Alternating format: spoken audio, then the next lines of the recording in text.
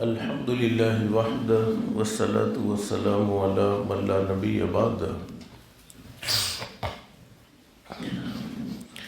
ہر انسان کے دوست بھی ہوتے ہیں اور دشمن بھی ہوتے ہیں۔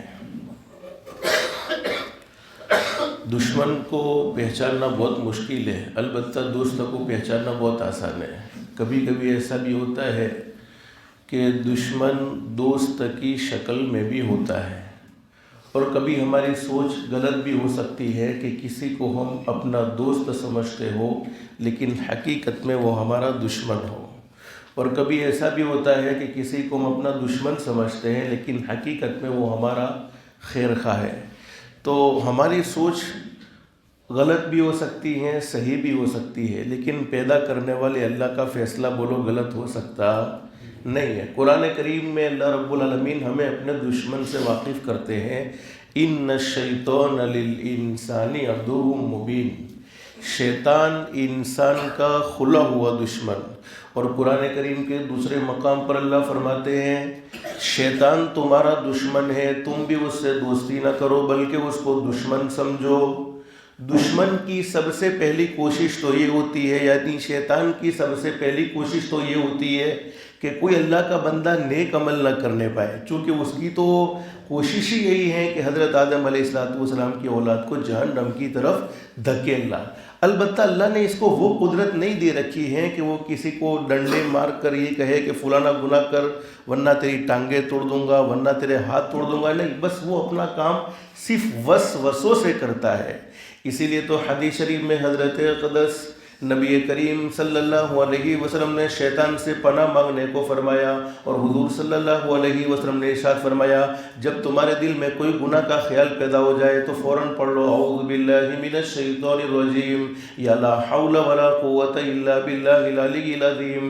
تو شیطان کی سب سے پہلی کوشش تو یہ ہوتی ہے کہ کوئی بھی اللہ کا بندہ نیک عمل نہ کرنے پائے، لیکن جب کوئی اللہ کا بندہ ہمت کر کے اپنے رب کو راضی کرنے کے لیے اپنے رب کی محبت کو سامنے رکھتے ہوئے نیک عمل کر لیتا ہے تو شیطان کو بڑی تکلیف ہوتی ہے۔ اب شیطان کیا کرتا ہے، اس نیک عمل کو بگاڑنے کی کوشش کرتا ہے۔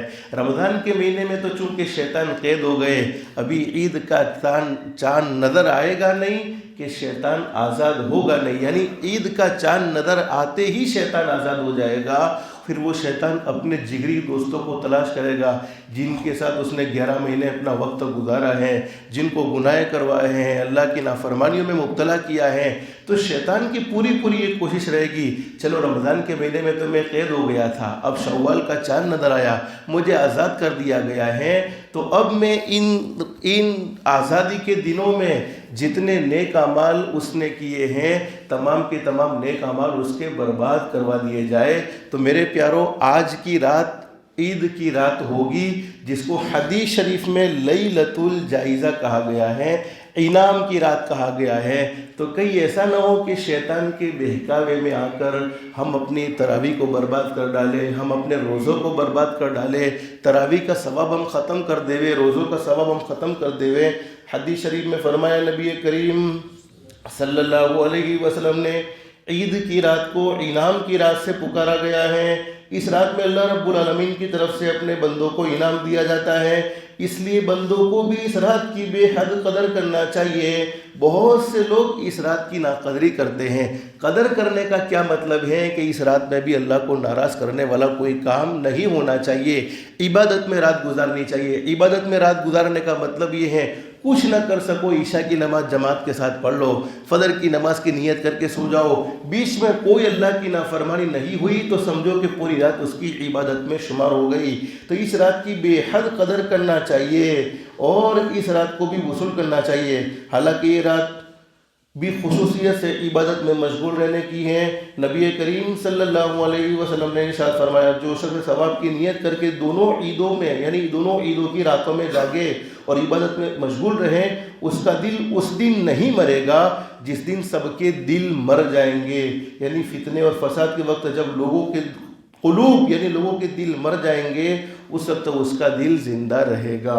اور ایک حدیث میں حضرت اقدس نبی کریم صلی اللہ علیہ وسلم نے ارشاد فرمایا، جس نے عید کی رات میں اللہ کی نافرمانی نہیں کی، عبادت میں وصول کیا، اللہ پاک نے اس پر جنت کو واجب کر دیا۔ امام شافعی رحمۃ اللہ علیہ فرماتے ہیں کہ عید کی رات میں اللہ سے مانگی جانے والی دعائیں ضرور قبول ہوتی ہیں۔ کوئی اللہ کا بندہ عید کی رات میں اللہ سے مانگے تو میرے پیارو شیطان کے بہکاوے میں بولو ہمارا کٹر دشمن کون ہے؟ بولو کس نے کہا ہے؟ اللہ نے کہا ہے، شیطان ہے جس نے اللہ سے یہ کہا تھا کہ میں ایک ایک فرد کو جہنم تک پہنچاؤں گا۔ اللہ پاک نے بھی فرمایا تھا کہ وہ شیطان میرے ہر بندے تیرے بہکاوے میں آنے والے نہیں ہیں، تو اللہ سے دل سے دعا کریں گے کہ اللہ ہمیں بھی شیطان کے مکر و فریب سے بچا لے وے۔ حدیث شریف میں لکھا ہے کہ جب عید الفطر کی رات ہوتی ہے، اب آئندہ کل عید آئے گی، آپ کو معلوم ہے عید عربی زبان کا ایک لفظ ہے جس کے معنی بار بار لوٹ کر واپس آنا۔ علماء نے لکھا ہے کہ عید تو قیامت تک بار بار لوٹ کر واپس آتی رہے گی، لیکن اس کے منانے والے بولو ہمیشہ نہیں رہیں گے، بلکہ اس کے منانے والے اس دنیا میں آتے جاتے رہیں گے۔ لوگ کہتے ہیں رمضان کا مہینہ مہمان تھا، آیا چلا گیا۔ نہیں، رمضان کا مہینہ مہمان نہیں، مہمان تو ہم خود ہیں، اس لیے کہ رمضان کا مہینہ تو ابھی واپس آ جائے گا۔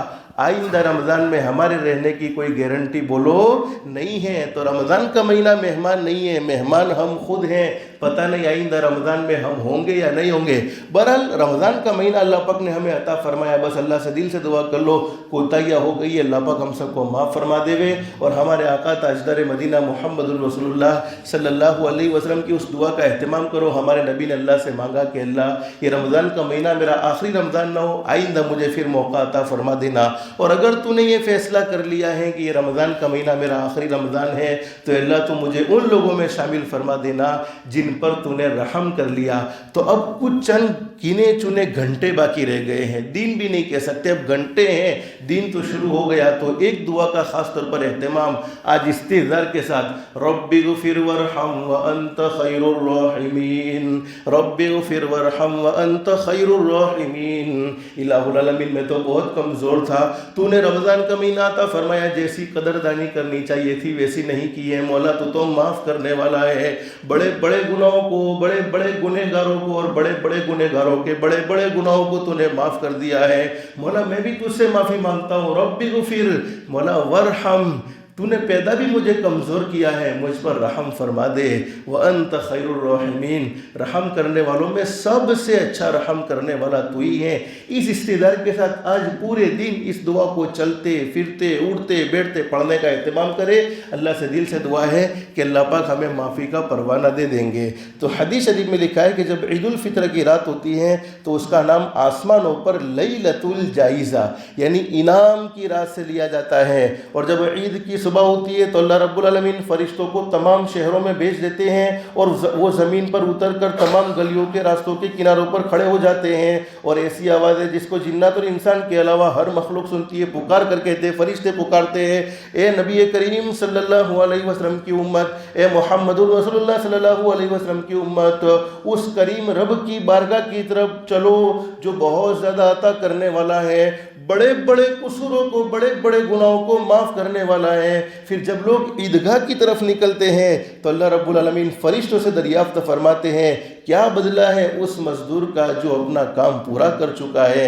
فرشتے کہتے ہیں الہ العالمین ہمارے معبود، ان کا بدلہ تو یہ ہے کہ ان کی مزدوری پوری پوری دے دی جائے۔ اللہ رب العالمین فرماتے ہو میرے فرشتوں میں تمہیں گواہ بناتا ہوں، میں نے ان کو رمضان کے روزوں اور تراویح کے بدلے میں اپنی رضا یعنی اپنی خوشنودی نصیب فرما دی، میں ان سے راضی ہو گیا اور میں نے زندگی بھر کے ان کے گناہوں کو معاف فرما دیا۔ پھر اللہ رب العالمین اپنے بندوں سے خطاب کر کے ارشاد فرماتے ہیں او میرے بندوں مجھ سے مانگو، میری عزت کی قسم، میرے جلال کی قسم، آج کے دن میں یعنی عید کے دن میں اس اجتماع میں مجھ سے اپنی آخرت کے بارے میں سوال کرو گے تو ضرور عطا کروں گا۔ آخرت کا سوال کیا ہے؟ اے اللہ تو مجھے نمازی بنا دے، اے اللہ تو مجھے گناہوں سے بچنے والا بنا دے، اے اللہ تو مجھے نیک عمل کرنے والا بنا دے، جنت الفردوس کا راستہ میرے لیے آسان فرما دے، جہنم سے بچنا میرے لیے آسان فرما دے۔ اس کو کہتے ہیں آخرت کا سوال۔ اگر تم آخرت کے بارے میں سوال کرو گے میری عزت کی قسم تمہارا سوال ضرور پورا کیا جائے گا اور تمہیں ضرور عطا کیا جائے گا، اور دنیا کے بارے میں سوال کرو گے تو میں تمہاری مصلحت پر نظر کروں گا۔ اللہ مجھے کروڑپتی بنا دے، تو پھر اللہ کو معلوم ہے کہ کس کو مال دینے جیسا ہے، کس کو مال دینے جیسا نہیں۔ اللہ کو معلوم ہے کس کو فلانی نعمت دینے جیسی ہے دنیا کی، کس کو دینے جیسی نہیں ہے۔ تو کسی دنیا کی نعمت کا سوال کرو گے تو میں تمہاری مصلحت پر نظر کروں گا، دینے جیسی ہے تو دے دی جائے گی، نہیں دینے جیسی ہے تو اس کے بدلے میں اللہ تمہیں کچھ اور دے دے گا۔ تو فرمایا کہ اگر تم اپنی آخرت کے بارے میں سوال کرو گے ضرور پورا کیا جائے گا، اور دنیا کے بارے میں سوال کرو گے تو تمہاری مصلحت پر نظر کروں گا۔ میری عزت کی قسم جب تک تم میرا خیال رکھو گے، کیا مطلب ہے، تم اللہ کی نافرمانی نہیں کرو گے، اللہ کے احکام کے مطابق زندگی گزارو گے، تو میں تمہاری لغزشوں پر یعنی تمہارے گناہوں پر ستاری کا معاملہ کرتا رہوں گا، یعنی تمہارے گناہ چھپاتا رہوں گا۔ میری عزت کی قسم، میرے جلال کی قسم، میں تمہیں مجرموں کے سامنے رسوا نہیں کروں گا۔ اور اب تم بخشے بخشائے اپنے گھر پر لوٹ جاؤ، میں تم سے راضی ہو گیا، اور تم نے بھی مجھے راضی کر لیا، میں بھی تم سے راضی ہو گیا۔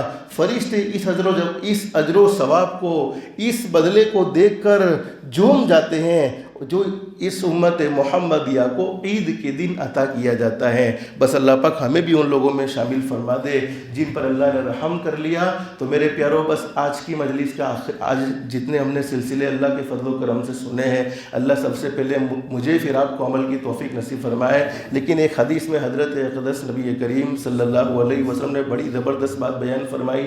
حضور نے فرمایا من لم یشکر الناس لم یشکر اللہ، جو لوگوں کا شکر ادا نہیں کرتا وہ اللہ کا بھی بولو شکر ادا نہیں کرتا۔ تو میں آپ تمام احباب کا شکریہ ادا کرتا ہوں۔ الحمدللہ آپ لوگوں نے بہت محبت کے ساتھ سنا ہے، اللہ آپ کے سننے کو قبول فرماوے، اور جس نے بھی دین کی قدر کی ہے، دین والوں کی قدر کی ہے، اللہ نے اس کی اولاد کو کامیاب بنایا، اس کی اولاد کو اس کی آنکھوں کا ٹھنڈک بنایا۔ اور جو لوگ علماء کی دین کی محنت کی قدر کرتے ہیں، سب سے بڑا انعام اللہ پاک دنیا میں انہیں یہ دیتے ہیں کہ ان کی اولاد کو ان کی آنکھوں کی ٹھنڈک بنا دیتے ہیں۔ اللہ ان کی اولاد سے پوری دنیا میں کام لیتا ہے۔ بس میں اللہ سے دل سے دعا کرتا ہوں، بہت سے احباب ہیں جنہوں نے محبت کے ساتھ سنا ہے، اللہ سب کے سننے کو قبول فرماوے، آپ کو اس کا بہترین بدلہ دنیا اور آخرت میں نصیب فرماوے۔ اور دوسری ایک بات جو ہمارے آقا حضرت محمد رسول اللہ صلی اللہ علیہ وسلم ہمیشہ بات کرتے ہوئے اس بات کا اہتمام کرتے تھے کہ میری کسی بات سے کسی مومن کا دل نہ ٹوٹا ہو، اگر میرے کہنے سے کوئی بات سمجھانے میں آپ کو کوئی تکلیف پہنچی ہو، آپ کو کوئی دکھ پہنچا ہو، تو رمضان کا مبارک مہینہ ہے، رمضان کے مبارک مہینے میں دل پاک صاف ہو جاوے تو بہت اچھا ہوتا ہے۔ دل پاک صاف ہوتا ہے تو اللہ کی محبت بھی اس دل میں آتی ہے۔ تو کہنا سننا تو اس لیے نہیں ہوتا کہ کسی کے دل کو ٹھیس پہنچائی جائے، حقیقت یہ ہے کہ یہ ساری باتیں تو اپنے لیے ہوتی ہیں، یہ تو دوسروں کے سامنے اس لیے بیان کرنا ہوتا ہے تاکہ خود کے لیے عمل کرنا آسان ہو جاوے۔ تو کسی بھی بات میں آپ کو دکھ پہنچا ہو، تکلیف پہنچی ہو، تو میں دل و جان سے آپ سے معافی مانگتا ہوں، معاف کر دیں گے انشاءاللہ۔ اللہ کی ذات علی سے قوی امید ہے، اللہ سے ہم معافی مانگتے رہیں گے، اللہ پاک ہمیں بھی معاف فرما دے گا۔ تو میں بس یہی کہنا چاہتا تھا آخر کے اندر، آئندہ انشاءاللہ صرف عید کی نماز کا مختصر طریقہ سمجھا دیا جائے گا تاکہ کسی کو دیکھ کر ہم نماز نہ پڑھے ابھی سمجھاؤں گا آپ بھول جائیں گے، اس لیے کل عید کے دن انشاءاللہ سمجھائیں گے۔ اللہ کی ذات علی سے قوی امید ہے، اللہ پاک ہم سب پر رحم فرما دے گا۔ بس اللہ سے دل سے دعا کر لو، یہ آئندہ جو آنے والی لیلۃ الجائزہ انعام کی رات کی بھی اللہ پاک ہمیں قدردانی کی توفیق و سعادت نصیب فرمائے۔ اور نیت کر لو میرے پیارو، رمضان کے مہینے میں جیسے ہم نے مسجدوں کو آباد کیا ہے، رمضان کا مہینہ جانے کے بعد بولو مسجدیں بند ہونے والی نہیں ہے، انشاءاللہ مرتے دم تک ہم مسجدوں کو آباد کرتے رہیں گے، مسجدوں کو آباد کریں گے، انشاءاللہ اللہ پاک ہمارے گھروں کو آباد کرے گا۔ حدیث شریف میں لکھا ہے کہ جو لوگ مسجدوں کو آباد کرتے ہیں، مسجدیں ان کے لیے دعائیں کرتی ہے کہ اللہ یہ فلانا بندہ ہے مجھے آباد کرتا ہے، تو اسے آباد کر دے۔ مسجدوں کو آباد کرنے والا، اللہ کے سامنے جھکنے والا، کبھی بھی بولو دنیا کے سامنے جھکتا نہیں، اللہ اسے دنیا کے سامنے جھکنے دیتا ہی نہیں ہے، بلکہ اللہ پاک پوری دنیا کو اس کے سامنے جھکا لیتا ہے۔ بس اللہ سے دل سے دعا کر لو، رمضان کے بعد کی زندگی بھی اللہ پاک ہمارے لیے عافیت کے ساتھ گزارنا، سلامتی کے ساتھ گزارنا، اللہ کی رضا کے ساتھ گزارنا آسان فرمائے۔ اللہ پاک ہم سب کی دنیا بھی بہتر سے بہتر بنائے، آخرت بھی بہتر سے بہتر بنائے، اللہ کے احکام کے مطابق حضرت نبی کریم صلی اللہ علیہ وسلم کے طریقے کے مطابق زندگی گزارنے کی توفیق و سعادت نصیب فرمائے۔ اللہ پاک ہم سب کو کہنے سننے سے زیادہ استخلاص اور استقامت کے ساتھ عمل کی توفیق نصیب فرمائے۔ اور دعاؤں میں نے کہا نا وہی دعا مانگتے رہو، کل میں نے بتلائی ربنا آتنا فی الدنیا حسنہ وفی الآخرۃ حسنہ وقنا عذاب النار۔ اسی طریقے سے جب تک ہم عید کی نماز سے فارغ نہیں ہو جاتے، اللہم انا نجعلک فی نحورہم ونعوذ بک من شرورہم حسبنا اللہ ونعم الوکیل نعم المولا ونعم النصیر۔ ان دعاؤں کی برکت سے اللہ کی ذات عالی سے قوی امید ہے ہم اللہ کی حفاظت میں رہیں گے. اللہ پوری امت مسلمہ کی حفاظت فرمائے. اللہ ہم سب کو کہنے سننے سے زیادہ اخلاص، استخلاص اور استقامت کے ساتھ عمل کی توفیق نصیب فرمائے. آمین یا رب العالمین. وآخر دعوانا ان الحمد للہ رب العالمین. فجر کی نماز کل تو وہی ٹائم پر رہے گی، چونکہ عید کی نماز سب جگہ پر جلدی ہے. انشاءاللہ پھر اس کے بعد سے فجر کی نماز کا وقت بدلیں گے. کل کے دن فجر کی نماز جو آج کا جو وقت ہے اسی ٹائم پر رہے گی، چونکہ بہت سی جگہ پر عید کی نمازیں لوگوں کو جلدی ادا کرنی ہے، تو اس کے لیے فجر کی نماز کا کل کے لیے تو وہی وقت رہے گا، اس کے بعد سے انشاءاللہ بدلیں گے.